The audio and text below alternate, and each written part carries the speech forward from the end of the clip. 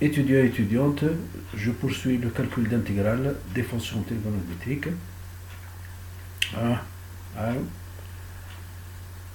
Donc, pour ce qui est des intégrales indéfinies, ce sera donc les dernières intégrales à calculer, la 153 et la 154. Donc l'intégrale de dx sur 1 plus cosinus x mais au carré, je prends comme changement de variable t égale tangente de x sur 2, et je sais que la dérivée de dt égale la dérivée de tangente x sur 2, c'est la dérivée de tangente x sur 2, c'est quoi? C'est 1 demi 2, 1 plus tangente carré x sur 2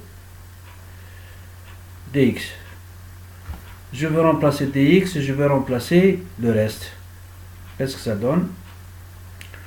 Donc le dx c'est 2tt1 plus t2, dx, 2tt plus 1, et 1 plus cosinus carré x, 1 plus cosinus x, mais au carré, ça donne ça.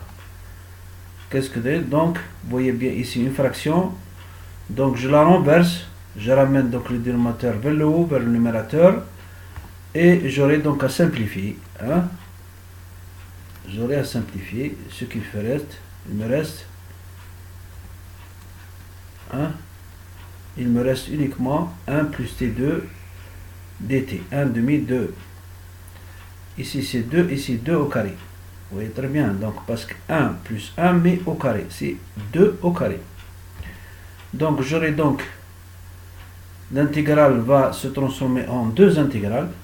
Vous voyez bien, le calcul est simple. Et je remplace t par tx sur 2. J'aurai donc en définitive l'intégrale de dx sur 1 plus cosinus x, mais au carré est égal à 1 demi de tangente x sur 2 plus 1 sixième de tangente cube de x sur 2 plus c. La deuxième intégrale, la 154, l'intégrale sinus carré x dx sur 1 plus cosinus carré x. Posons tangente x égale t, donc la dérivée de tangente c, tangente x, c'est 1 plus tangente carré x, donc 1 plus t2 dx égale dt. dx égale dt sur 1 plus t2. Je remplace. Après le remplacement, qu'est-ce que j'obtiens? Vous voyez bien comment. Donc, le sinus carré x, je le divise par cosinus carré x, mais je divise aussi le dénominateur, je le divise aussi par cosinus carré x. Après simplification, j'aboutis donc au résultat suivant. L'intégrale de t2 de dt plus 1 plus t2. Mais cette fraction t2 sur 2 plus t2 multiplié par 1 plus t2, je peux le transformer en deux fractions. En utilisant cette formule, a sur 2 plus t2 plus b sur t2, je développe, mais au même dénominateur, je développe, et j'obtiens cette expression. Donc, le terme, le facteur qui correspond à t2, c'est a plus b, est égal à 1, parce que t2 multiplié par 1. A plus b égale 0, puisqu'il n'existe pas. A plus b égale 0. Donc, j'ai affaire donc à un système de deux équations à deux inconnues qui sont a et b. Je calcule donc, je cherche les solutions du système. J'aboutis à b égale moins 1 et a égale 2. Il y a plusieurs façons de calculer les solutions d'un système d'équations. Alors, je transforme. Cette expression va être transformée en deux expressions et j'aurai à calculer deux facteurs intégrale de t sur 2 plus t2, et si je vois donc les formulaires des intégrales, le dt sur 2 plus t2 c'est 1 sur racine de 2 arc tangente de t sur racine de 2, c'est-à-dire l'intégrale